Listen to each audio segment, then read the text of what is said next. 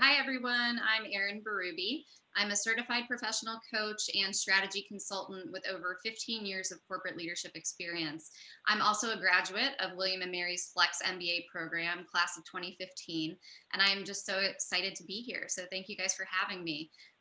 Imposter syndrome, I think, struck me the hardest just as I was beginning my journey in the Flex MBA program. So for a few years prior to that, I was making my way up the ladder in the defense world. And the more I moved up, the more I looked around and saw that nobody else looked like me. I was the only woman at my level for a really long time, and it made me feel like I just didn't belong. I had to learn to golf and enjoy cigars and scotch and just to fit in with the peers around me in that world. Or at least that's the story that I told myself, right? So I decided to get my MBA in hopes that it would remove some of that self-doubt about my abilities in that world of defense, which is very male dominated. Mostly service veterans are leading in there. So I was accepted to William & Mary's program in 2012, but immediately put on academic probation for my dismal scores on the GMAT math portion. So you can imagine I was already doubting whether I deserved to be where I was in my career, and suddenly doubted whether I deserved to be in the MBA program at all, because I was surrounded by brilliant minds like yourselves who probably scored much higher on those entrance exams than I did. So the turning point for me, it was really around taking advantage of my company's coaching program. And my coach helped me see that the self-doubt, it just wasn't real. And we'll talk about that today, the stories that we tell ourselves to justify the fear and that self-doubt. So that experience also opened my mind to the world of coaching. And here I am today, and a place where I can tell you that the only person stopping you from overcoming your fears is yourself. So thanks so much for having me. That's wonderful, Erin. Dami, if you don't mind introducing yourself as well. My name is Dami, and I'm a 2013 MBA from William & Mary. I actually, joined. I came to business school because I wanted to do advertising. That was my dream. And then I ended up somehow in HR. And so my imposter syndrome has always, well, since I joined the world as HR is, I have no background in HR. I'm not really sure how, I'm going to fit in. Also being from Nigeria and working in the US, your accent is different. You look different from most of the people on your team, and you keep questioning yourself, can I really do this? Do I really understand how things work here in the US? And HR is a very, I guess, it's something that is very, well, I say sensitive. It's not, it's not technical, like, being a software developer. You can probably learn to code in whatever language you're given. Java is Java, whether it's in Nigeria, whether it's in the US, but HR laws are different, people are different, culture is different. And, I had to second guess myself quite a bit when I moved into this space, and ask myself quite a number of times that, am I capable? Do I really know, understand the US terrain, and all of that great stuff. But with the help of a lot of mentors, a lot of people in my corner, I've been able to overcome, some of this second guessing, some of this imposter syndrome symptoms that I used to, exhibit. And another area where I guess the imposter syndrome has, has exhibited itself in my career has also been, being, like I said, an African. No, I'm not even an African American. I'm an African, and working in the US, it has not, been, I guess, the smoothest or the easiest journey to get into this stage in my career. So those are some of the ways that, I have encountered imposter syndrome and believing in myself. But yeah. Wonderful. Thank you so much. And you're coming in loud and clear, so no issues on the volume. Viva, how are you doing today? Hi, how's my audio? Great. Good. Okay. I'm having technical challenges. It's past 10:30 here in Mumbai, India. Hello, everyone. I'm Vibha Chokhani. I graduated from William & Mary full-time MBA class of 2012.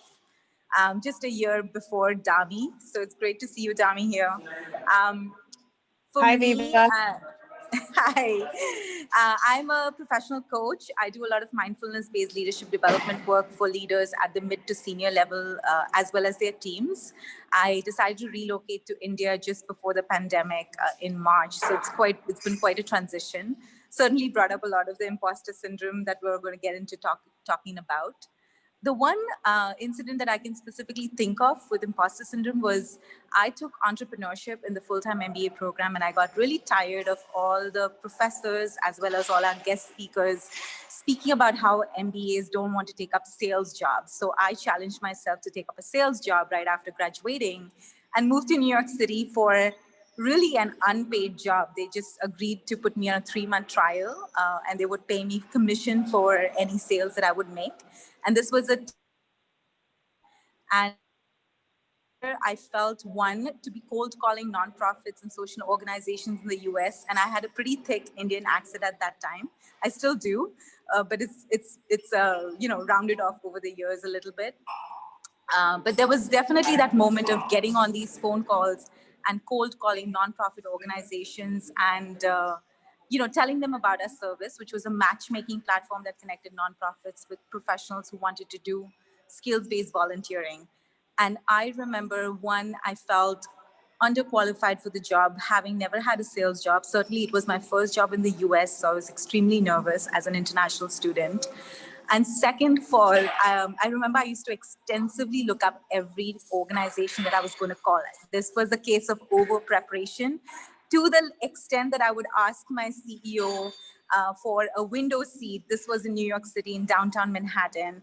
And I would ask my CEO for a window seat every time we switched spaces or reshuffled ourselves, because I wanted my people I was calling to not think that I was calling them from Bangalore, India, or harassing them with these cold calls from overseas.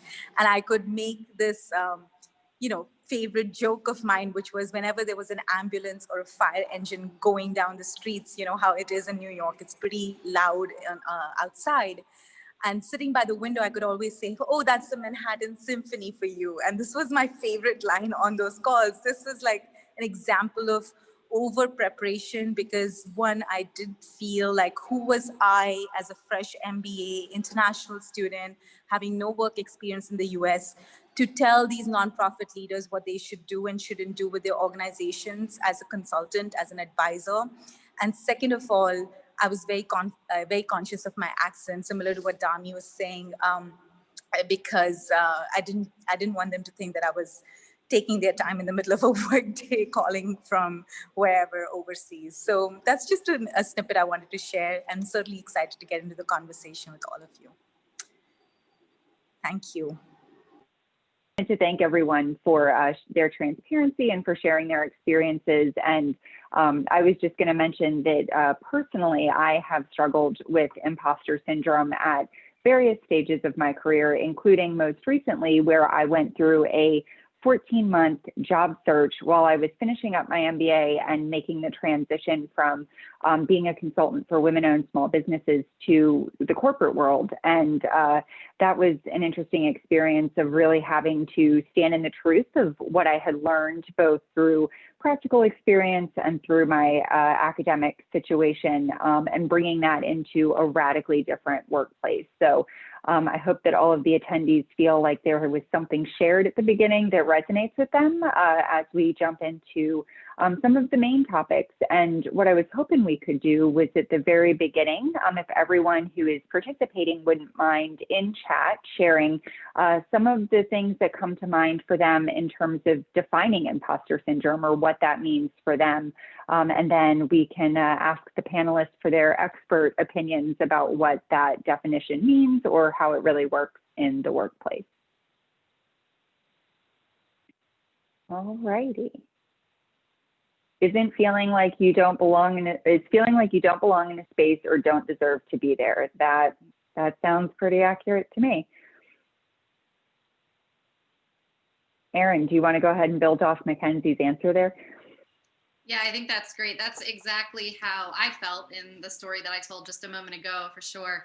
I think what Beth said is actually really powerful, because a lot of people don't know what imposter syndrome is. And once you're able to really identify it and understand how it shows up in your life, it reduces the power of it significantly.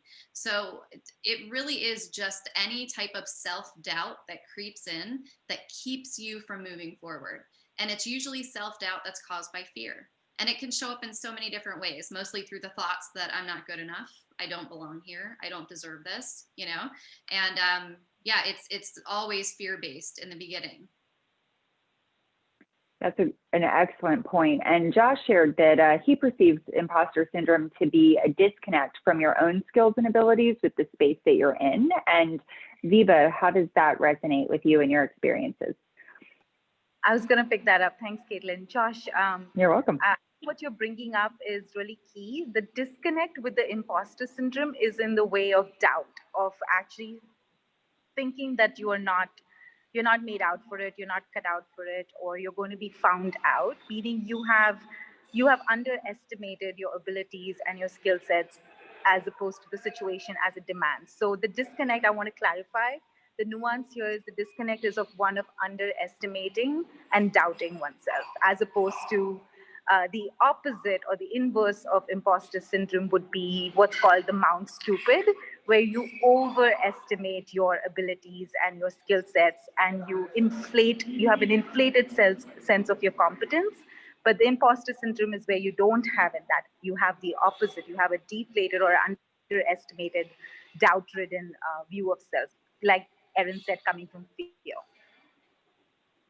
Thank you so much. Yeah, and that doubt is such a pervasive thing. I think we don't realize that in our work lives, most people feel pretty significant doubt at some point, and that really impacts performance ultimately, right? And Dami, do you have anything that you'd like to build off of in terms of your definition of imposter syndrome?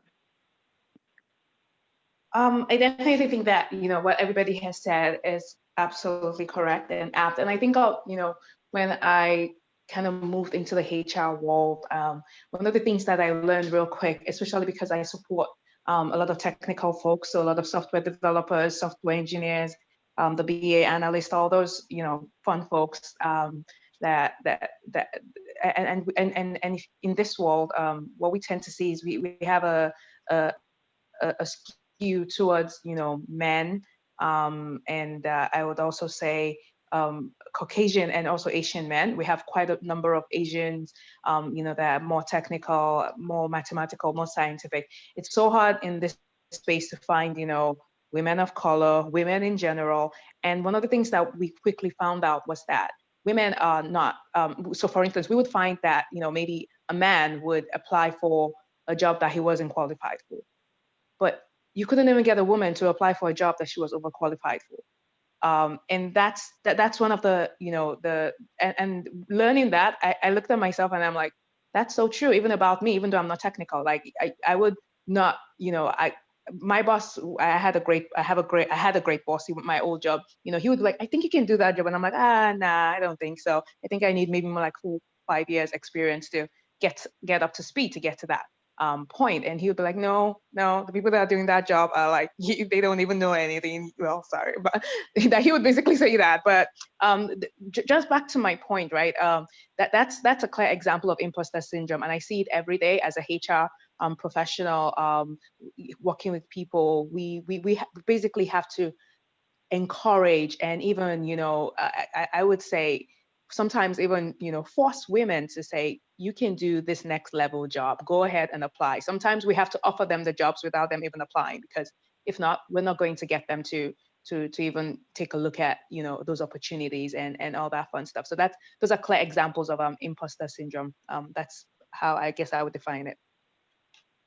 No, that's incredibly helpful. I remember when I was going through my job search, it probably took me until the 6-month mark to realize that as long as I was about 60 or 70% qualified based on how the job description was written, I was probably a candidate that could be considered quality. And it was really about positioning and also about overcoming that doubt and that fear and going, well, if other people are applying for this job who may not be 100% qualified, I should also not limit myself from pursuing that opportunity. So hearing that really practical explanation and example of what imposter syndrome can look like as we talk about career development was especially helpful. And one of the other things that struck me as you all were sharing your experiences is that you all come from very different professional backgrounds and different workforce cultures. What in your experience in workforce culture is reinforcing imposter syndrome or encouraging it to be a little more pervasive? Is there anything that sticks out for you, Erin?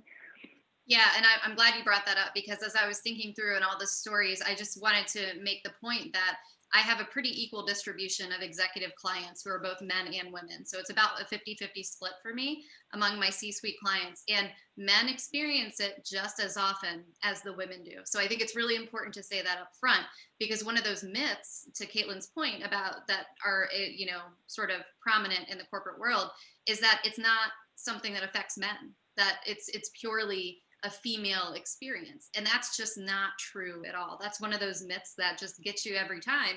And, with my male clients talking through, it's also not just the corporate world that they experience it, it's also at home too. I find a lot of my male clients feeling like they can't show up as the father that they truly want to be, because they believe that that's not their stereotypical role. They were taught that that's what their wife should be doing, or that's what their partner should be doing, or that's a different job from someone else. It's not something that I should be doing. So a lot of imposter syndrome is just challenging those shoulds and the assumptions and the limiting beliefs, all these myths that are just pervasive in the corporate culture. That's a lot of how you coach through the imposter syndrome.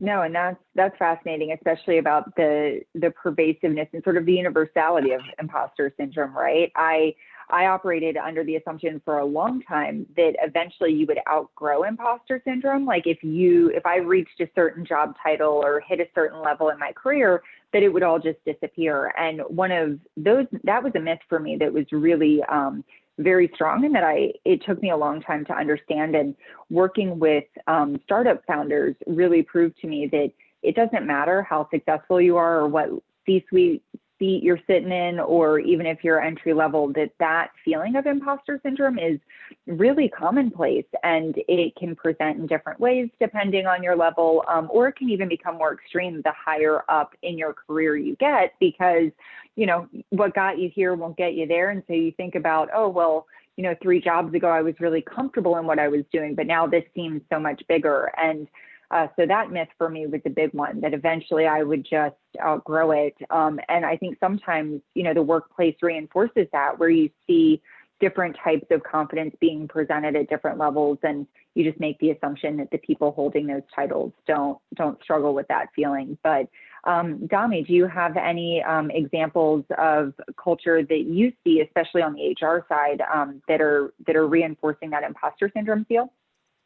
Absolutely. So I think about one of the things that I'm currently working on in my world right now, and it's changing the language of our job descriptions. So a lot of times you will see job descriptions ask you, especially in the technical world again, you see say strong, really competitive. Some of these languages, some of these words, I guess, they translate into a language that some people might not be very comfortable with. And I think about a lot of the women that we have surveyed, they would not apply to jobs like that, basically. And I'm not just referring to women. I'm not just I guess focusing on women right now and saying imposter syndrome is something that affects just women, but from the space, the experience that I have, it's something that we have to contend with quite a bit. Just even getting women and diverse populations, people of color, to apply to certain jobs is so difficult. And that's why we have such a huge diversity problem in places like Facebook, all the tech companies. We can't even get them to apply because they're scared away by the language. They're like, I don't think I'm strong in Java, and I don't think I am competitive enough, or I don't think I'm a driver. Some of these languages, they just totally put people off, and they kind of reinforce that imposter syndrome syndrome and its culture in the organization. I also think about something that we're working on right now is looking at the things that we're saying, especially in the tech world, things like blacklist, whitelist, things like that, that can have a negative connotation racially, things that we're trying to I guess work on, making sure that our job descriptions are not totally off-putting to a certain group of people, but that they're embracing, they're inclusive, of people of all kinds of backgrounds. That's a wonderful effort. And I think some of that unexpected language has more impact than we might realize. And Viva, I would be really interested in your perception of how workforce culture is impacting imposter syndrome, given the global nature of your work and the various experiences you've had. Yeah, to build on what Erin and Dami said, so I will add a couple of myths or justification lies that I have seen in the workplace culture that keep the imposter syndrome in place for so many people. The first one is the definition of success. There's a cookie cutter definition of success that is being followed no matter where I go, whether it was in the US, now where I'm in India. There's that climbing the ladder sort of success story. That is what everyone's pursuing. Whereas in practice, success never looks like that straight shot up a ladder. So a lot of the imposter syndrome is, I have to get to these levels. These are the mile markers. I have to keep climbing these rungs of a ladder. So until and unless individuals do the amount of work to dig deep and figure out what is their definition of success, what does success mean to them? And even asking that question, what is success for Vibha? Like even putting your own name in that snaps and changes how you operate. Otherwise, you're just going along with some operating system that is someone else's installed in you. So I would go, the first is definition of success, which then wraps up competitiveness. One of you mentioned, this idea of I'm not competitive enough, so I'm not cut out for that job. But this idea of hustle culture or competition or going at it alone, which is so pervasive at especially the entry levels and the mid-level management. So entry-level jobs and mid-level jobs will have that sense of, I have to watch my own back. I have to go at it alone. I have to hustle. And how that also plays into, I imagine many of the folks who are tuning in today experience this as like, I would go to career services and I was very clear what I wanted to do. But the advice always came back as, why don't you take this detour of this mainstream job, then get to the fringe job that you want to get to? But this idea again of success looking in one way only, or go play it safe for a time being until you build something and then go take the risk, that also feeds imposter syndrome, because it creates doubt when an individual wants to do something different, but it is not represented around you. People are not taking those different paths towards success, or they're not sharing that actually my journey isn't this perfect cookie cutter climbing up the ladder journey. I had to go through a lot. So this notion of, Caitlin, you talked about CEOs and startup founders. I have worked always with startups, and I've seen these founders, very successful ones, up close and personal. They suffer a lot from isolation at the top, which is also common in corporate places. And I think that isolation also breeds at the entry level and mid-level jobs when people don't talk about their idea of success and the different paths to success. So I really want to bring that point in, that success does not look like one way only. But if those stories are not getting shared of how different people have achieved their different definitions of success, then it just perpetuates the myths that you have to hustle, you have to be competitive, you have to go at it alone, and success only looks like this way. No, and I think that all of that is so accurate, especially now that we talk about the gig economy and the fact that work now, no one is, going to one organization either right out of high school or college or their graduate degree and staying with an organization for 20 years until they earn a pension and a gold watch. That's not what life and careers look like anymore. But, the point about people at certain levels starting to feel isolated and that really reinforcing imposter syndrome. Viva, are you seeing different ways in which imposter syndrome presents itself? I know for me, I lend myself to the hyper preparedness that you mentioned in the beginning about having a narrative and almost like a set that you worked in to sort of reinforce your credibility. Is there something in your experience that sticks out to you as the ways in which you see imposter syndrome, either in yourself or the people that you've worked with? Definitely. I would make a plug for an assessment called the Enneagram. If any of you wanted to look it up, it's ENNEAGRAM, Enneagram. I won't get into the whole thing, but I certainly have a hyperachiever streak, which means a lot of my time and energy goes into image management. It's optical management. How am I coming across? Am I sounding smart? Are people actually following along? What does success look like? It's the thermometer that I hold when I walk into a room of strangers. Like, what does this group of people define success in, and how can I meet that expectation? That's when I'm not conscious.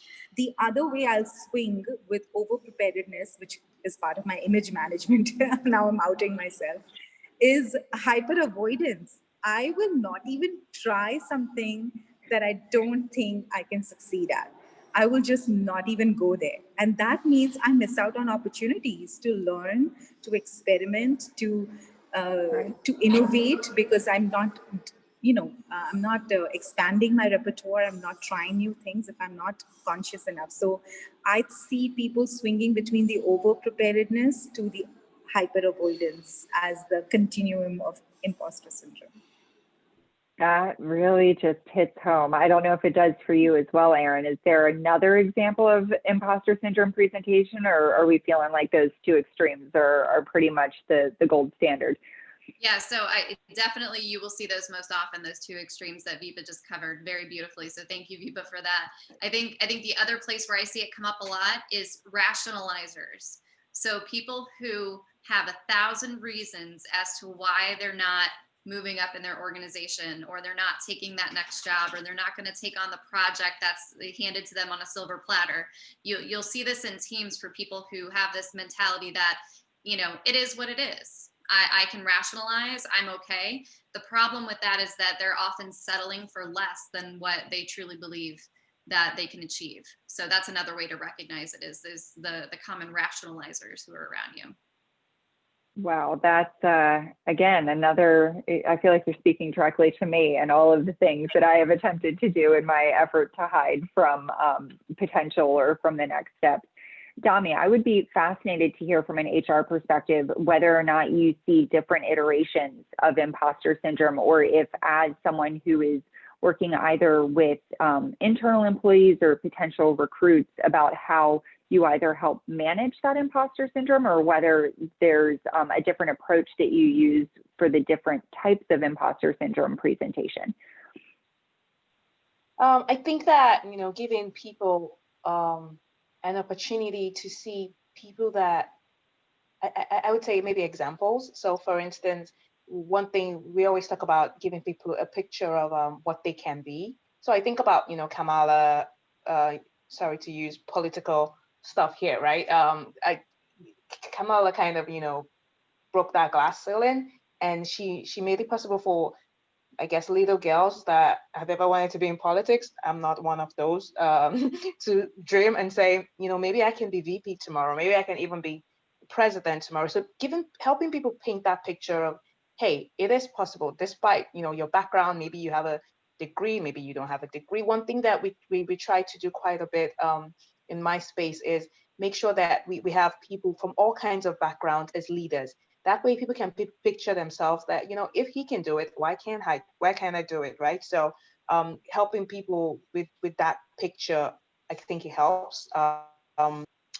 Helps with imposter syndrome. I think one other way that imposter syndrome does present itself is just, I was gonna use another word, but I think the fear to even ask for feedback, right? It's one thing that we see people, they know that maybe it's not even asking for feedback, it's even receiving feedback.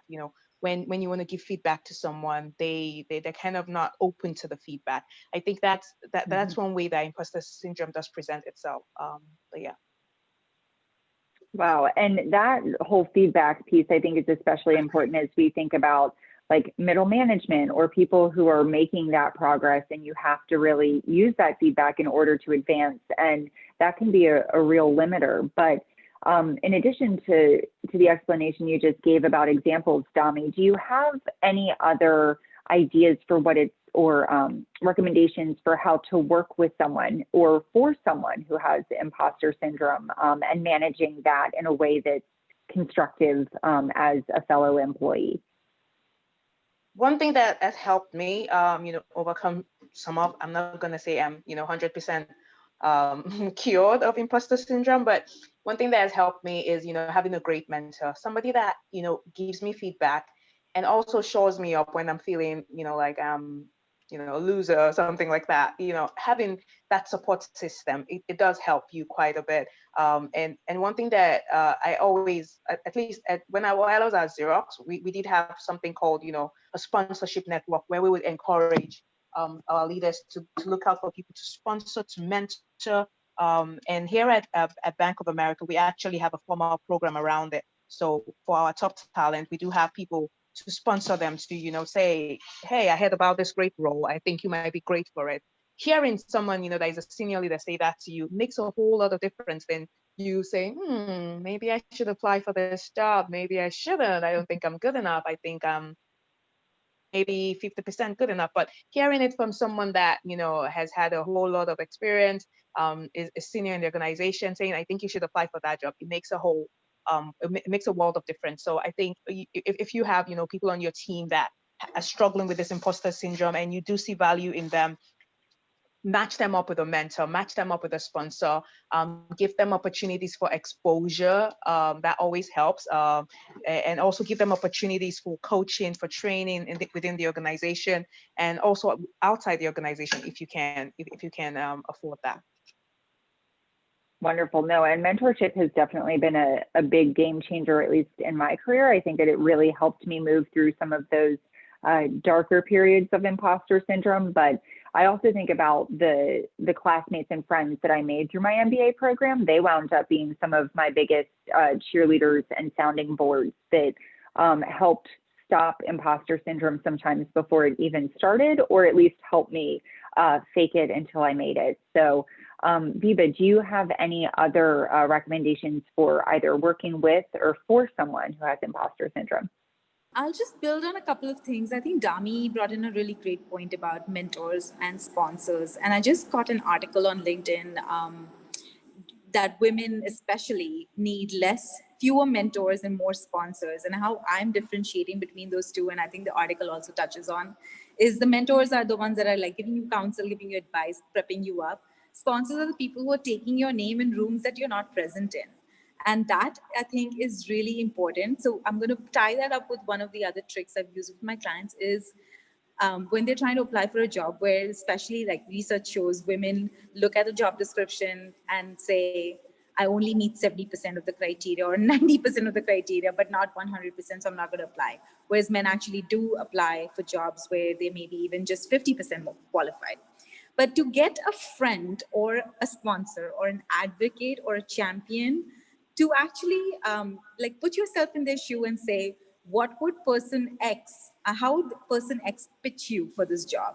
And getting the person who's stuck with imposter syndrome to articulate, to step out of their own shoes, because there's such an identity, strong identification factor. And I think, there's this sense of like, oh, if I don't get this job or if I don't get this next round of interview, it says it's a character certificate. It's a certificate about my whole life. It's a report card on my entire existence. And how do you untie that to get yourself to step out of the shoes of your own person and say, well, if this was your best friend or this was someone you were mentoring or championing, how would you assess their ability to do this job or assess their ability and their qualification for the job? So one of the tips I have is to make a list of 10 ways in which you are underqualified for the job. So get that out and then see, are those statements true? And in what ways may you be overqualified for a job? There have been positions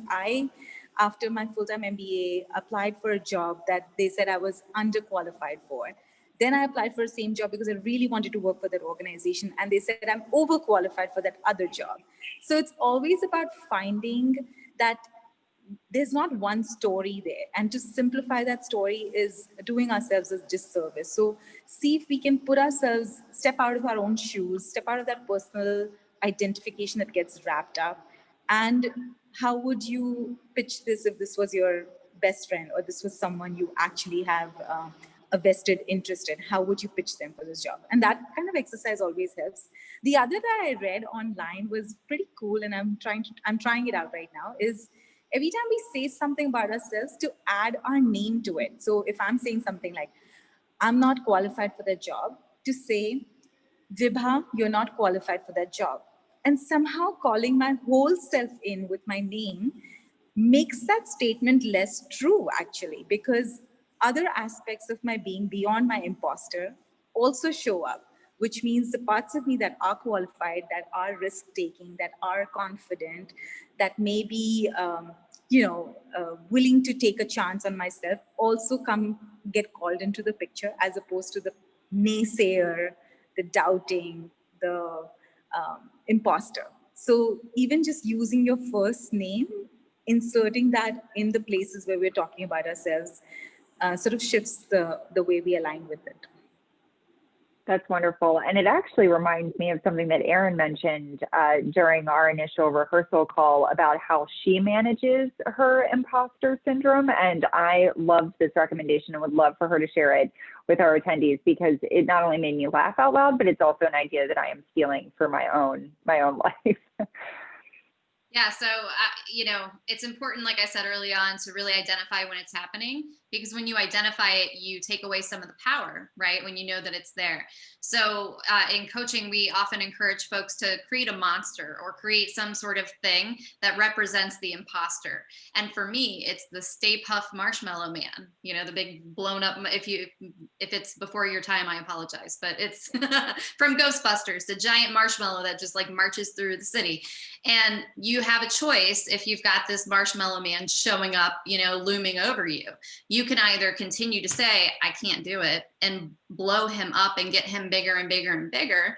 Or you can, think more powerfully when those thoughts come up and rephrase those into, you know what, I can do it and I am capable. And here's why. And every time you do that, you poke little holes in your Stay Puft Marshmallow Man, and he gets smaller and smaller, deflates until you don't even see him anymore, because he just completely disappears. So be mindful of the thoughts that you are thinking to yourself, the stories that you are thinking to yourself, because they are either blowing up your imposter monster or they are deflating him.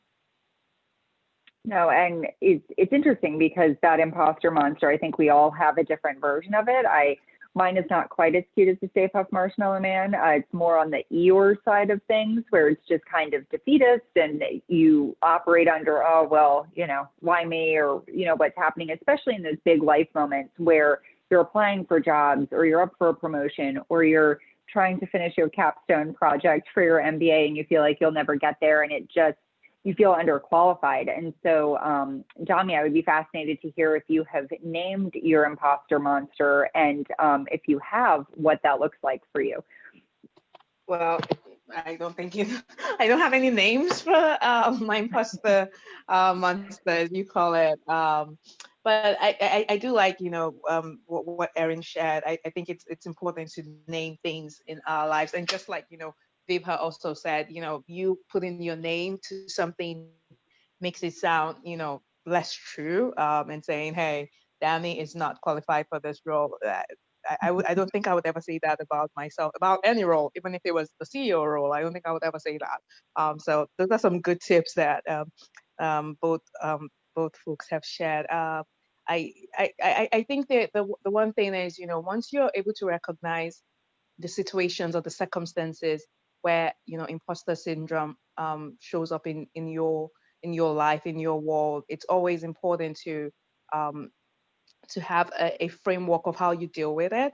So I know Erin had said, some men, for instance, feel like they don't really or they're not, valuable in the home space. And I know we're kind of focused on professional spaces, but, being able to have a sounding board, a support system that you can go to and share what you're feeling, I think it's important. That's how I deal with my imposter syndrome. So I recently became a mom, and it has been, I have felt like in the past couple of months, like how do people do this? How did my mother do this with 3 children, and have a career and do all the wonderful things that she accomplished? How do I like what am I doing with I feel I felt so lost, I would say, in the past couple of months.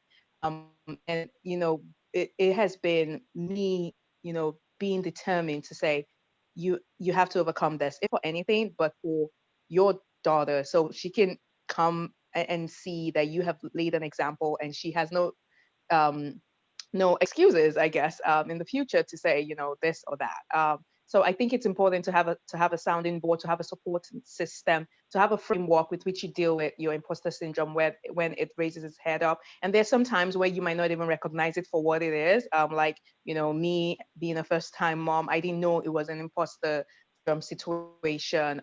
But having people around me to say, yeah, you're probably doubting yourself quite a bit now, and that's what it is. Call it out. Was really helpful to me, and it helped me kind of like shake off most of it. So yeah.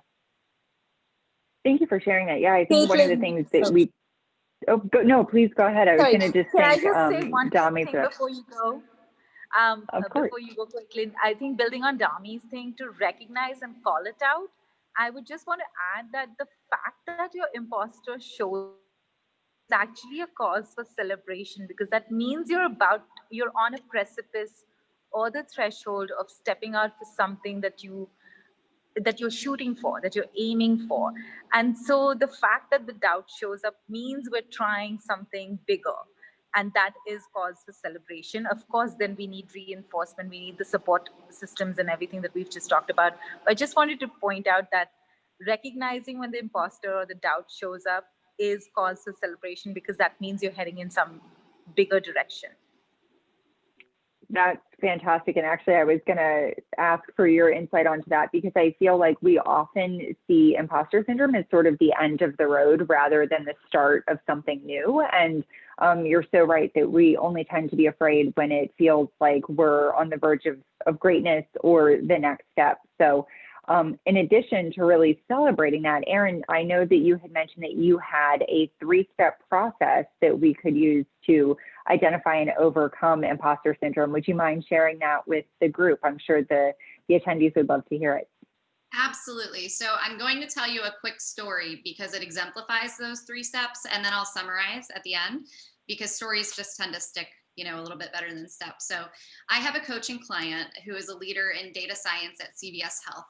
An opportunity opened up for a promotion recently for her, and her boss told her that he wanted her to take it. But she was still unsure. She didn't know, and when we really dug into the hesitancy, it came from the following thoughts. Number 1, it feels like I haven't earned it. Number 2, it feels like I don't belong at the top. And then number 3, ultimately, I'm afraid of failure. So I'm just curious, in the chat, just write me, just put ME if you've ever thought any of those thoughts to yourself. And I'm going to put me because definitely I've been there. Yeah. Okay. Awesome. Awesome. So you guys, yeah, look at that. You're in the right place. Okay, great. So in coaching, we explore where those thoughts come from in order to clear them from your mind, because of energy progression, which says that thoughts lead to emotions and emotions lead to actions, right? So thoughts, emotions, actions. So if you think you're going to fail, then you probably feel really anxious and just down about that. And the action is that you're not going to make the move. You're not going to take that leap. You're not going to do that next thing, right? So that's the thought leading to the emotion leading to the action. So the thought at the root of it is typically created in childhood to protect you from something. So in my client's example, she came from a very low income family, and growing up didn't want to outshine her siblings or her friends because she would have been outcasted as different. They spent all their time making fun of the nerds, middle school, right? And that fear of standing apart from others served her really well in her youth because she wanted to be accepted. So the fear made sense then. But today, decades later, the question is, how well is that serving her now?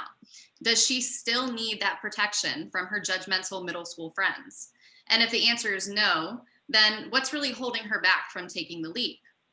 Chances are there's probably a little bit of fear that was still lingering there, right? Which is completely normal because my client had been operating that way her entire life, right? So my next question to her was, well, how true is that fear? And that's a question that you've heard, both Viva and Dami say today, like, how true is that? And also, what's the worst that could happen if you take that promotion despite the fear? So we spent a lot of time breaking the fear down into small pieces and tackling them one by one until nothing remained. That the Stay Puft Marshmallow Man was completely gone, right? He had no inflation to him at all. So it turned out for my client that the fear wasn't true. Those thoughts were just stories that she was telling herself to justify the self-doubt that was in her. Her boss knew that she was capable.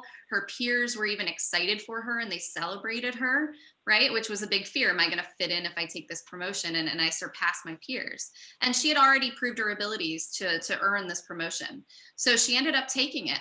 And in fact, her latest project and the new role resulted in $30 million in savings for the organization in Q4. So, I mean, talk about proving your story wrong, right?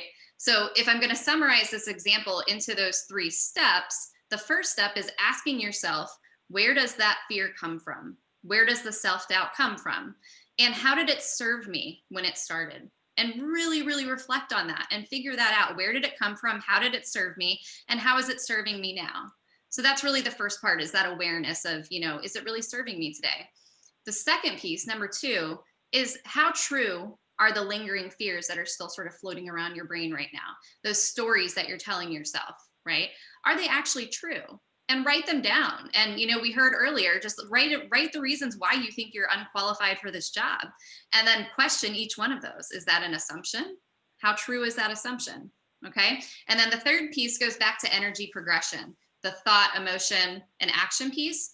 What's a more powerful thought to replace the old one? So after you've figured out that this imposter doesn't serve you anymore, and that there's not a whole lot of truth to these assumptions that you have, then how would you rather think about it? So if your original thought was, I can't do this, maybe the new thought is, I can do this, right? How does that change the emotion? You probably feel a lot more confident, a lot more positive around it. And then how does that change the action? You're going to act and show up very differently when you reframe the thought in your head. So those are the 3 steps that I was talking about. And it's important to mention that it's not going to stick overnight, this process, because you've been spending your whole life thinking a certain way, being a certain way, letting those thoughts sort of creep in. And some folks from earlier, they don't even recognize when imposter syndrome is happening, right? So it's going to take practice. So what I encourage all of you to do is, when you feel that doubt, when you feel like you're just not quite good enough, kick off that process and start to really reflect in it and spend some time to understand more about yourself and, whether it's true or not, because eventually it will become second nature to you. Thank you not only for that pragmatic 3-step process. I know I love bite-sized, very direct next steps, but I also appreciated the very realistic expectation that one day of just having a positive mental attitude and using the process won't undo sort of years of that imposter monster lurking around the corner. But I know that we're in the final 10 minutes. Does anyone from the attendee side have any questions? We're happy to answer anything that you would like to put in chat if there's something specific that you are curious about before we wrap up. Mackenzie has a great question about whether or not we find that when you have experiences or interactions with others where they might underestimate you or not believe in your abilities, does that reinforce the imposter syndrome, and how do you overcome it? I feel like this is probably something that happens a lot in HR. So Dami, do you have a specific answer to Mackenzie's question? Or Viva, if you also have something that you might want to share in response to that. I think I'll just add that the question, whose opinion is this, and how important is this person's opinion to me? Whose operating system makes that judgment about underestimating my abilities? Is it mine or is it others? And who is this person? If this is your boss, do I have the chance to go back and ask for feedback, ask for specifics, actually improve, change things that need to be changed? Or is this some random person's opinion that actually does not impact? So yes, to the question that it can reinforce our imposter syndrome, which is why you need to have those guards in place. I would say to Caitlin's point, this is not an overnight switch we can flip. So when we every time intercept that process and say we're not going to go down the whole path of the imposter monster, it's like you're growing a sapling. And when we grow a sapling, you need to have a fence around it. And maybe the fence has a gate and you allow some opinions in and you don't allow some opinions in. So think of it as, is this true? Whose opinion it is? How important is this person's opinion to me? And really intercept it at that space. Otherwise, you're just allowing everyone's opinion to form your opinion of yourself. And it definitely, deepens the clutches of the imposter syndrome. Agreed. And for sure, one of the things that actually came up for me that my husband said to me that it never occurred to me before, but when I was getting really frustrated with my imposter syndrome during a job search where it's perpetual sort of rejection, one, it's hard not to feel down, but he finally said to me, why are you taking criticism from people that you wouldn't take feedback from, or vice versa? If you wouldn't accept somebody's feedback from them, why would you allow them to criticize you? And it was just such a very sort of streamlined way to think about that if I wouldn't accept somebody's feedback or I wouldn't value it, then I probably can take their criticism and just move it to the part of my brain that I'm going to turn off. But Viva, I'm sorry, Dami, did you have anything that you would like to add? I hope we didn't skip over you while you were on mute by accident. No problem. I was on mute and just, yapping away. But what Vibha did say is, and what you reinforced is quite important. You must know yourself first and foremost. You must have a healthy identity, a healthy self-respect. So not just anybody can come and tell you stuff. And even when the person is a higher authority, because I have had many ER issues where bosses and managers were out of line and told the person, you're no good, or I had a manager recently tell one of our college hires actually that I don't have time for you, go find something else to do. Things like that will definitely, they might come up in your career. You need to be able to understand first and foremost who you are, what your purpose is in the organization. Why did they hire you in the first place? What's your job description? So nobody, and what are your skills? Are you able to do it? You must be able to differentiate between feedback and people just putting you down, because there's a difference. Feedback is always positive. Good feedback is always positive. People putting you down is it's always negative, leaves you with a bad taste in your mouth. So you must be able to differentiate between those two things, and if it's good feedback, then you take it and you use it to build yourself, build your identity. But if it's something that puts you down, you need to throw it out immediately. Just completely throw it out. Healthy self-image, always recognize who you are, what you're there for, and if you need help, like I said, that's where mentors are great. They can help you with that, building your sense of purpose, building your self-image, building your brand across the organization as well. So yeah. Wonderful. Thank you so much. And Erin, I know we are in the last about minute. Is there anything that you wanted to add for Mackenzie based on all of this answer? Yeah, I would really slow that down in that situation. Anytime you have a strong reaction or you feel upset about something, slow it down and check your own assumptions, because you don't really know that what that person said really was intended to be that they don't believe in you or that they're challenging whether you're supposed to be here or not, right? So it's really important to first slow it down and then have a conversation with the person and be open about it. I encourage this all the time with my clients, just to say, hey, look, you said this to me. Here's how I took it. How accurate is that?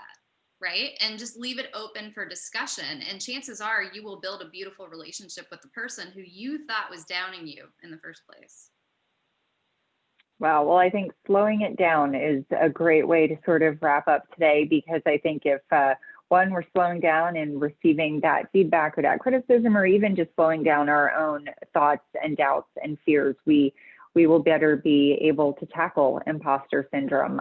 Kelly and Harley, I hope that this was useful to you all and to the attendees. So I think I'll pass it back to you guys to wrap up. Yes, thank you so much, Caitlin, Erin. Viba and Dami, this has been an amazing panel, and I've already had a few people reach out to me and say this is one of the most valuable panels they've attended